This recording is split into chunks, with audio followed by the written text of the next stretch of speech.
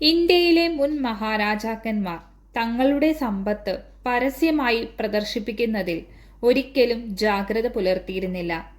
ആഭരണങ്ങളോടും രത്നങ്ങളോടുമുള്ള അവരുടെ ഇഷ്ടം അവരുടെ ദൈനംദിന വസ്ത്രധാരണത്തിൽ കാണാമായിരുന്നു.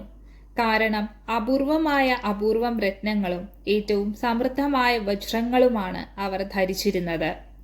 വജ്രങ്ങളോടും നെക്ലേസുകളോടും പ്രിയമുണ്ടായിരുന്ന മഹാരാജാവ് പട്ടിയാലയിലെ ഭൂപീന്ദർ സിംഗ് ആയിരുന്നു.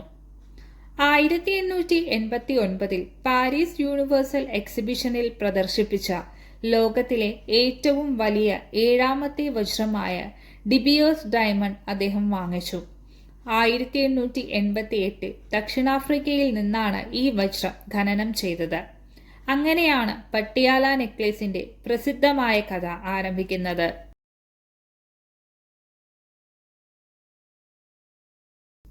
ഡിബിയാസ് വജ്രത്തെ ഒരു പാരമ്പര്യ വസ്തുവാക്കി മാറ്റാൻ തീരുമാനിക്കുമ്പോൾ ഭൂപീന്ദർ സിംഗിന് 34 വയസ്സായിരുന്നു. ഡിബിയാസ് വജ്രം അതിന്റെ കേന്ദ്രബിന്ദുവായി ഒരു ആചാരപരമായ നെക്ലേസ് നിർമ്മിക്കാൻ കാർട്ടിയാർ ജുവല്ലറിയെ ചുമതലപ്പെടുത്തി. അതിനുവേണ്ടി വിശിഷ്ടങ്ങളായ രത്നങ്ങളും വജ്രങ്ങളും അവർക്ക് നൽകിയിരുന്നു ഭൂപീന്ദർ സിംഗ്. ഒടുവിൽ 1928 നിർമ്മിച്ച ഈ നെക്ലേസ് പട്ടിയാല നെക്ലേസ് എന്നറിയപ്പെട്ടു. 2930 വജ്രങ്ങളും ചില ബർമീസ് മാണിക്യങ്ങളും കൊണ്ട് അലങ്കരിച്ച 5 നിര പ്ലാറ്റിനം ശൃംഖലകളുണ്ട് ഇതിൽ. ചരിത്രത്തിൽ ഇതുവരെ ഉണ്ടാക്കിയിട്ടുള്ളതിൽ വെച്ച് ഏറ്റവും വിലയേറിയ ആഭരണമായിരുന്നു ഇത്. അതിന്റെ യഥാർത്ഥ രൂപത്തിൽ ഇന്ന് ഏകദേശം $30 ദശലക്ഷം ചിലവാകും. മാത്രമല്ല 3 വർഷമെടുത്താണ് കാർട്ടിയാർ ജ്വല്ലറി പട്ടിയാല നെക്ലേസ് നിർമ്മിച്ചെടുത്തത്. കാർട്ടിയാർ 1847 സ്ഥാപിച്ചത് പാരീസിലെ watch maker Louis Francois Cartier ആണ്. ഇത് ലോകത്തിലെ ഏറ്റവും മികച്ചതും ഉയർന്ന പ്രൊഫൈൽ വാച്ച് ആഭരണ ബ്രാൻഡുകളിലൊന്നുമാണ്. 1964 വരെ ഫ്രഞ്ച് ബ്രാൻഡ് കുടുംബത്തിന്റെ ഉടമസ്ഥതയിലായിരുന്നു ഇത്. എന്നാൽ ഇന്ന് ഇത് അഭിമാനകരമായ സ്വിസ് റിച്ച്മോണ്ട് ഗ്രൂപ്പിന്റെ ഒരു ഉപസ്ഥാപനമാണ്. ഒപ്പിട്ട റിസ്റ്റ് വാച്ചുകൾ, മികച്ച ആഭരണങ്ങൾ, മഹത്തായ നിറമുള്ള രത്നങ്ങൾ, കാർട്ടിയാർ ലവ് ബ്രേസ്ലെറ്റുകൾ, ഐക്കോണിക് പാന്തേർ ശേഖരം എന്നിവയ്ക്ക് കാർട്ടിയാർ ആഗോളതലത്തിൽ പ്രശസ്തമാണ്.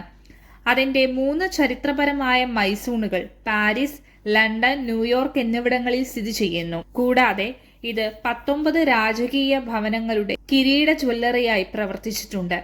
ഒരു ആഡംബര ബ്രാൻഡ് എങ്ങനെ വികസിക്കുന്നു എന്നതിന്റെ ഒരു മാസ്റ്റർപീസ് പാഠമാണ് കാർട്ടിയാറിന്റെ കഥ.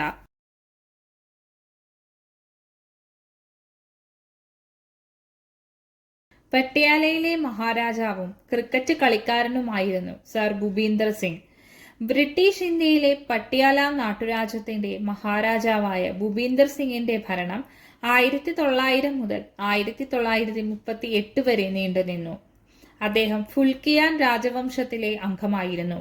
അദ്ദേഹത്തിന്റെ ഭരണകാലത്ത് ഭൂപീന്ദർ സിംഗ് തന്റെ അമിത ആവേശം, കായികരംഗത്തെ സംഭാവനകൾ, ബ്രിട്ടീഷ് രാജിന്റെ സഖ്യകക്ഷി എന്നീ നിലകളിൽ ശ്രദ്ധേയനായിരുന്നു. 1-ാം ലോക മഹായുദ്ധത്തിൽ ഫ്രാൻസ്, ബെൽജിയം, ഇറ്റലി, പലസ്തീൻ എന്നിവിടങ്ങളിലെ ജനറൽ സ്റ്റാഫിൽ ഓണററി ലഫ്റ്റനന്റ് കേണലായി ഭൂപീന്ദർ സിംഗ് സേവനമനുഷ്ഠിച്ചിട്ടുണ്ട്. 1918 ഓണററി മേജർ ജനറലായും 1931 ഓണററി ലഫ്റ്റനന്റ് ജനറലായും സ്ഥാനക്കയറ്റം ലഭിച്ചു. 1-ാം ലോക മഹായുദ്ധ സമയത്തും ഭൂപീന്ദർ സിംഗ് 1918 ഇംപീരിയൽ വാർ ക്യാബിനറ്റിലും ഇംപീരിയൽ വാർ കോൺഫറൻസിലും സേവനമനുഷ്ഠിച്ചിട്ടുണ്ട്. 1-ാം ലോക മഹായുദ്ധ സമയത്ത് അദ്ദേഹത്തിന് 43 മെഡലുകൾ ലഭിച്ചിട്ടുണ്ട്. ഹിമാചൽ പ്രദേശിലെ ചൈൽഡ് മിലിറ്ററി സ്കൂളിന്റെ മിക്ക കെട്ടിടങ്ങളും ഭൂപീന്ദർ സിംഗ് ഇന്ത്യ ഗവൺമെന്റിന് സംഭാവന നൽകിയതാണ്. ഭൂപീന്ദർ സിംഗ് ഒരു കായിക താരം എന്ന നിലയിലും കായിക രക്ഷാധികാരി എന്ന നിലയിലും ശ്രദ്ധിക്കപ്പെട്ടു. 1911 ഇംഗ്ലണ്ട് സന്ദർശിച്ച ഇന്ത്യൻ ക്രിക്കറ്റ് ടീമിന്റെ ക്യാപ്റ്റനായിരുന്നു അദ്ദേഹം. 1915 1937 ഇടയിൽ 27 ഫസ്റ്റ് ക്ലാസ് ക്രിക്കറ്റ് മത്സരങ്ങളിൽ കളിച്ചിട്ടുണ്ട് അദ്ദേഹം. 1932 ഇംഗ്ലണ്ടിലെ ആദ്യ ടെസ്റ്റ് പര്യടനത്തിൽ ഇന്ത്യയുടെ ക്യാപ്റ്റനായി അദ്ദേഹത്തെ തിരഞ്ഞെടുത്തു. എന്നാൽ പുറപ്പെടുന്നതിന് 2 ആഴ്ച മുമ്പ് ആരോഗ്യപരമായ കാരണങ്ങളാൽ അദ്ദേഹം അത് ഉപേക്ഷിച്ചു. അദ്ദേഹത്തിന് പകരം പോർബന്തറിലെ മഹാരാജാവ് നട്വർ സിംഗ് ജി ഭാവ്സിൻജി ചുമതലയേറ്റു. ഇന്ത്യയിലെ ക്രിക്കറ്റിനായുള്ള ദേശീയ കായിക ഭരണ സ്ഥാപനമായ board of control for cricket in India BCCIയുടെ സഹസ്ഥാപകനായിരുന്നു ഭൂപീന്ദർ സിംഗ്. ഭൂപീന്ദർ സിംഗ് 10 തവണ വിവാഹം കഴിച്ചിട്ടുണ്ട്. കൂടാതെ നിരവധി ഭാര്യമാരുണ്ടായിരുന്നു. അദ്ദേഹത്തിന് ആകെ മൊത്തം 88 കുട്ടികളുണ്ടായിരുന്നു. അക്കാലത്ത് ലോകത്തിലെ ഏറ്റവും വലിയ മെഡലുകളെന്ന് വിശ്വസിക്കപ്പെടുന്ന അസാധാരണമായ മെഡലുകളുടെ ശേഖരണത്തിനും അദ്ദേഹം പ്രശസ്തനായിരുന്നു. റോൾസ് റോയ്സ് കാറുകളുടെ ഒരു കൂട്ടവും സ്വിംഗ് സ്വന്തമാക്കിയിരുന്നു. ഏകദേശം 27 റോൾസ് റോയ്സ് കാറുകൾ അദ്ദേഹത്തിന് ഉണ്ടായിരുന്നു എന്നാണ് പറയപ്പെടുന്നത്. ഒരു സ്വകാര്യ വിമാനം സ്വന്തമാക്കുകയും പട്ടിയാലയിൽ ഒരു എയർ സ്ട്രിപ്പ് നിർമ്മിക്കുകയും ചെയ്ത ആദ്യ ഇന്ത്യക്കാരനാണ് അദ്ദേഹം.